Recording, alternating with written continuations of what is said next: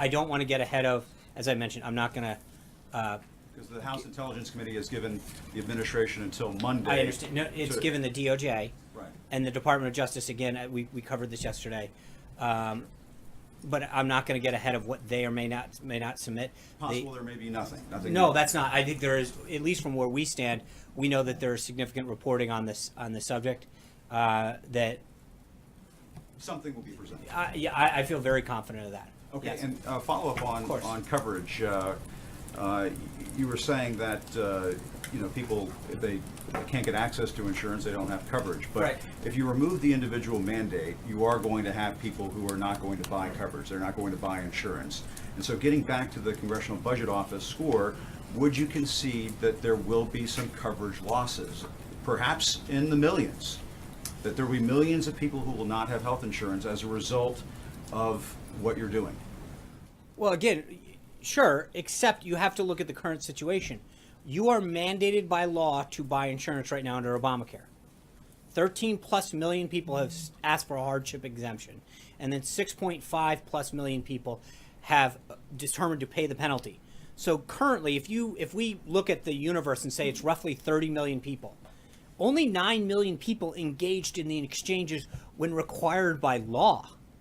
The majority, almost 2/3, if my back of the envelope math is right, about 2/3 have chosen to either apply for a hardship exemption or pay a penalty. So the mandate forces people to buy insurance, and if they don't have insurance, then you have the free rider problem in the system. Right, but look at what's happening now.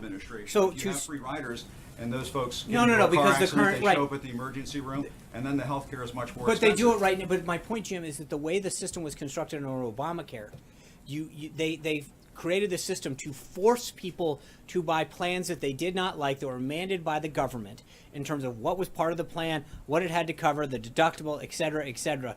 And yet roughly 2/3 of the people either paid a penalty or asked for a hardship exemption. They didn't do it.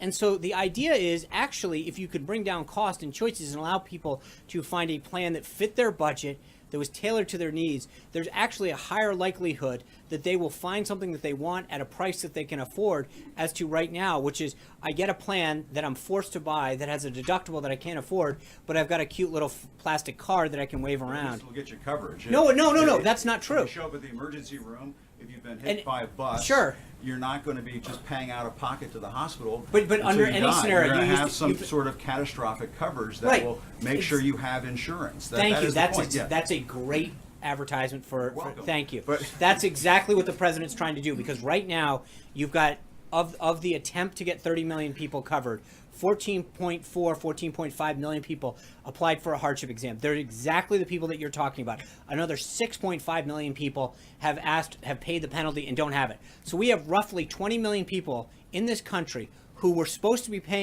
required to buy health care, that have chosen not to do it, who fall in exactly to the category that you're talking about. The question, but that's that number is massive by the year 2026. Right, and so the point that I'm hold on. Americans. But if they actually had choices and had a plan option that was down at a budget they could afford, there is a higher likelihood that they would buy a plan that was A, tailored to them, and B, actually that they could afford. So to your question about catastrophic, right now that's in most cases not even an option. In 1/3 of all the counties in the United States, they only have one choice. In 5 states, they have one choice. Can you imagine if they could actually buy a plan? That talking point, but at least not a there's talking coverage in those states. No, it means of coverage. Right, and in a lot of, if you pull this away, then you're going to have people in a lot of states who aren't going to have access to any that's coverage. not totally because false. they can't afford it with these tax credits you're providing. There's an argument to the other side. No, there's not. Of it. No, actually, the subsidies are more generous. You've got 175 million Americans that get their insurance through their employer. And frankly, right now, they're the ones who keep paying higher and higher premiums, because a system that was only supposed to help people get access and require them get a government mandated, government run health care has actually gone amok. And so right now, government-run healthcare, Medicare is government-run. Right, and what's happening? Senior citizens and more and more screaming that they want you to get rid of their Medicare. I think you need to maybe get outside and talk to some of them, because more and more Medicaid recipients, in fact, more and more Medicare recipients, aren't actually able to get coverage. Again, it's one thing to have a card. It's another thing to walk into a doctor's office and them to tell you, we no longer accept Medicaid anymore. That's not care. But the president's okay with, No, he's there are not. going to be millions of people who aren't No, going to no. have The coverage. president's goal is to provide health care coverage to every American. And right now, they're not getting that. And by giving them more choices at a lower cost, more Americans can either buy health care for their family or themselves, or in a lot of cases for their business without paying the penalty, which is what a lot of them are doing, or forcing people into exchanges that have fewer and fewer choices. The system now is not working. The costs are going up, the choices are going down, and deductibles are going up. That is not an option. And for every American, and I mentioned this earlier, that to make this look like a choice, there isn't really a choice. The system that we have now is failing. The choice is whether we give them an opportunity to have real care, and in a way that is tailored to them in their budget. Jeff.